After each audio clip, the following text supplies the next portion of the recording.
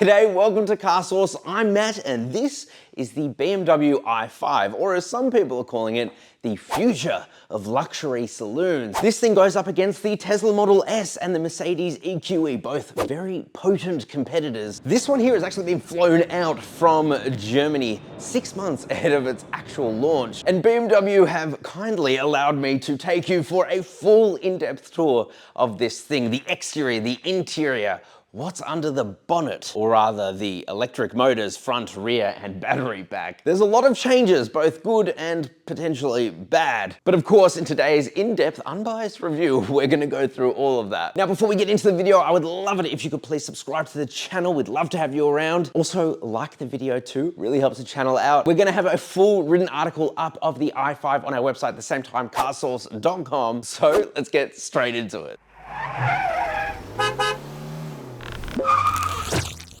Frankly, I really like the look of this thing. Do I think it's gonna win hearts? Maybe not, but I'm currently at BMW's HQ and they've let me spend some time with the i5, so let's go through its design. I am very curious about what you guys think of the design of the i5 and the new 5 Series generation in general. Personally, I actually really like it. So, this is the i5 M60 and check out the front of this thing. You're gonna notice immediately that the kidney grills have been lit up. And that's because this thing has that signature BMW lighting.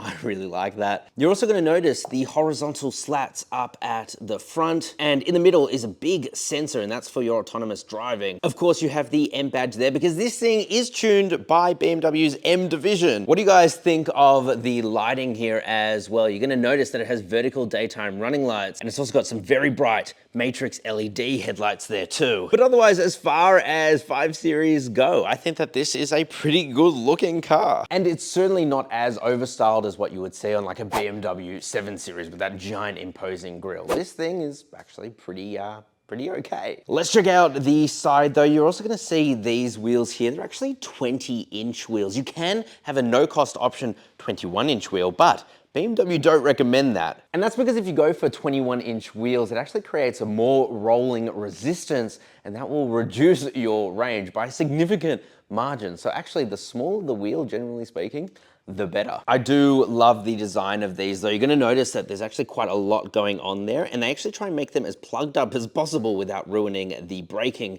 performance of this thing, because with an EV, you actually want the whole side of the car to be as flat as possible so that you can increase aerodynamics. Again, I think this thing looks really, really nice, but let me know what you guys think down below. Of course, this is an M vehicle, so it couldn't not have this little signature slat there. That again helps for aerodynamics. You're gonna notice these flush door handles here too, look at that. And that again, aerodynamics, guess what the name of the game is. All models of the 5 Series actually come with the M Sport package, which does give you these blacked out bits all around. Fun fact, this is the first 5 Series with a glass roof, but in the US, because they love their sunroof so much, you can actually get an opening sunroof, but nowhere else in the world. Also, this paint color here is called Fire Red, and you might remember that name from Pokemon, so keep that in mind. And a couple of cool Easter eggs. If we open the door here, you're gonna see the 5 badge there, of course, denoting the 5 Series, which is also on this Hoffman's Peak, right there. And then coming to the rear, if you're not a fan of overstyled BMWs, you're gonna like this. I actually think this is less styled than the previous 5 Series, and that's a good thing. It looks really nice. Of course, because this is electric and blue is a color of electricity, apparently, the BMW badge has blue around it. I really like this tiny lip spoiler, but that black contrasting, oof. And considering that I'm a bit of a car nerd and you probably are too, let's get under it and check it out. I hope my camera can pick it up, but you're gonna notice that this has a completely flat underside because that silver part up there, that's your battery. That battery pack is actually 81.2 kilowatt hours of usable batteries, rated at 85 kilowatt hours. And you're also gonna notice, if we come back here, that it's got these kind of curved underbody. So airflow actually comes across the car and then is going through up these channels, and that creates downforce. So, fun fact for you there. Name me another reviewer that would get on the floor like that for you. I'll wait. Of course, this is a luxury saloon. By the way, that's the key. Didn't show you guys. Looks pretty cool. But if we wave our foot here, oh, for God's sake, if we wave our foot here, there we go. If you do a little dance, you're gonna notice a pretty healthily sized boot. Although being the i5 and the battery pack underneath, it's 490 liters from this point to this point. On the combustion engine 520i that we'll be getting in Australia, that has 520 liters of boot space. So looks like it goes with naming configuration. And then of course under here you have some charging accessories. One thing I'm a little bit disappointed about is the lack of storage space up front. Of course, if we use the keyless entry, Hans Zimmer is about to play his ballad. There we are. We pull this twice and we come up front. You're gonna notice that there is a distinctive lack on this really long hood of any form of storage. Even under this enormous thing here, that whirring, by the way, is the air conditioning, there's no storage space. It's a little bit of a shame that it doesn't have any storage. Most people aren't really gonna mind, but competitors like the Tesla Model S, of course, do. And the issue with this is that it's based on the same platform, the CLA platform, as a standard internal combustion engine 5 Series. So you can't do much with that space. You have to work within the limitations of that architecture. So the i5 is actually gonna come in 2 variants here in Australia. Of course, this is the M60, but there's also an eDrive 40. And that one will have 250 kilowatt of power and about 430 newton meters of torque, but that power is actually from the rear wheels only. Being the M50, which by the way is quite significantly bigger than the outgoing 5 Series, you get a motor at the rear and at the front, the same 81.6 kilowatt hour usable battery, and this thing has an insane 442 kilowatt of power, 820 Newton meters of torque. That's mind-blowingly powerful. However, because this thing does weigh 2.3 tons. It's as fast as a BMW M550i, the twin turbo outgoing V8. And so the claim 0 to 100 is actually 3.8 seconds. Of course, make sure you're subscribed to the full review because we're gonna be testing the snot out of this thing, including the range claims and of course, how quick this thing actually is. And actually the claimed range of this thing is pretty damn good at about 516 kilometers WLTP cycle. So we'll probably expect closer to 400.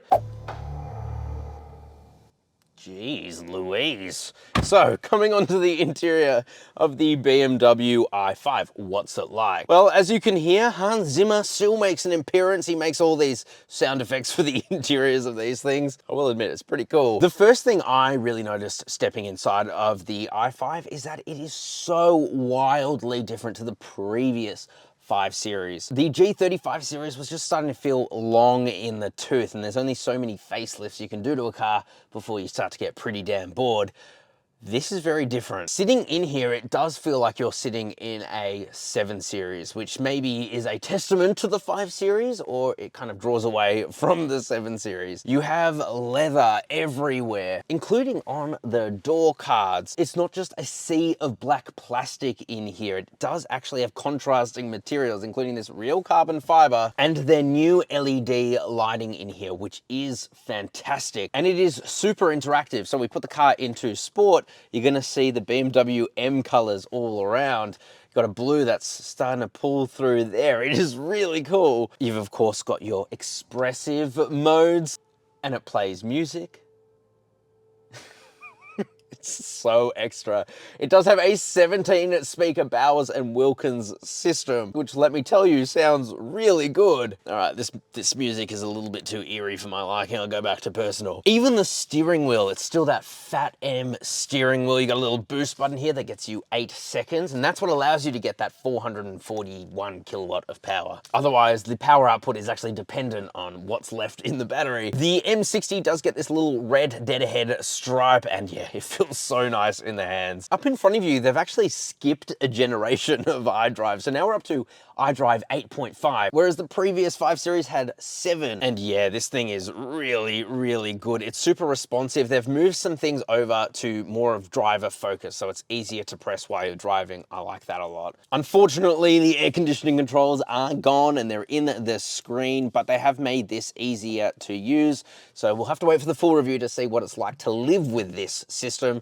but so far it's pretty cool. You've also got these little nipples here to be able to move the air easily, and if you want to close the vents, you have a little slide here as well. And being the M60, as you would kind of expect, it does come fully loaded, including these crystal dials here for your volume, for your iDrive controller, which works really well, and your drive selector and start-stop button. I will say though, this is quite funny because this is a pre-production car. It does not have everything up to date. So like, for example, it shows the car as a pre-facelift 3 Series. So yeah, I wonder how long this thing's been in development for. Still, it works flawlessly and it's pre-production, so I'm certainly not gonna hold that against it. I do like this glass roof, and it's the first time it's been available on a 5 Series, so it's nice to see. These seats here are merino leather. They feel super duper comfortable, adjustable in a trillion different ways. It does feel very BMW in here, which is to say, really good quality. I mean, listen to this. First of all, new door handles.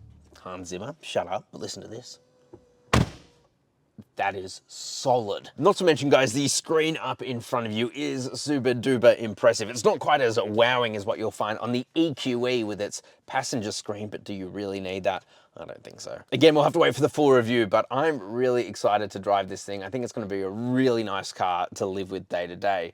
Let's check out the back seats. Okay, so back seats. What's it like in the back of the new 5 Series? Well, this generation is actually quite substantially bigger than the G30 that came before it, which was already a big car. I'll put up all the stats on the screen now, but one of the more important ones is that this thing is 10 centimeters longer. And it's got 2 centimeters also between the wheelbase, and that does translate to even more room in the back. We actually finally have a 5 Series that has outgrown some previous generation 7 Series. But from the seat of my pants, it's a really nice place to be. The merino leather feels really nice. I will say I don't love the angle that my legs are at, and that's probably because the battery pack is underneath the floor. So even though I've got heaps of leg room, toe room actually isn't amazing underneath the seat in front of me. And you're also going to notice the transmission tunnel continues because this is still built on the internal combustion engine platform. So I would wager that the next generation of 5 Series, which will probably be electric only, will have even more comfort in the back. You do get this digital screen though. It's got quad zone climate control. It's insane, including your heated seats back here. It's all touch sensitive, of course. You've got 4 USB ports in the back here too. And then of course, headroom is fantastic. I'm 5'11", so not tallest, but still pretty good. And then here you've got sunshades for both sides.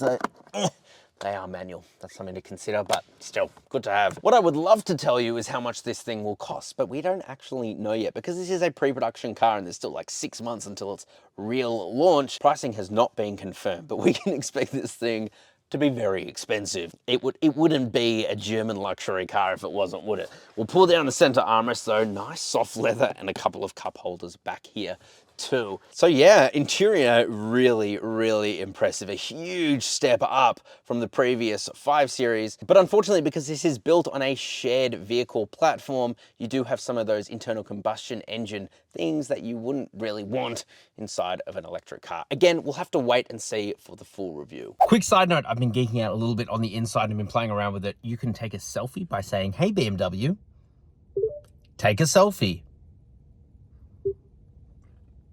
Here we go. Smile for the camera. You can see me, you can see me in the product manager, you can see Paul Marrick in the product manager.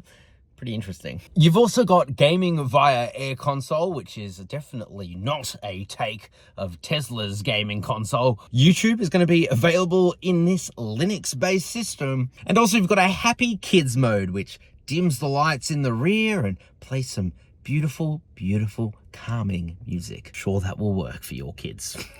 Okay, so final thoughts on the new BMW i5. I really like the exterior. I don't think it's overstyled, though of course you guys can let me know what you think in the comment section. Clearly BMW have listened to feedback and the interior is a lot more technology focused and I certainly like it. We're gonna have to see about the drivetrain. There's no doubt this thing will be fast, but at 2.3 tons, how it goes around a corner will be a different story, especially considering it's M-tuned. What does that really mean? And the fact that the battery pack is smaller than an EQE. So again, we're gonna have to see how that range lives up to its claimed WLTP cycle. But we, of course, will be at the launch of this thing on road, so make sure you subscribe to the channel below, click that like button and comment down below what you think of the new BMW i5. You can click over there if you want to watch our previous Generation 5 Series review, or over there is the BMW i7. This thing's bigger brother. And then over there is the best financing deals. Ciao for now.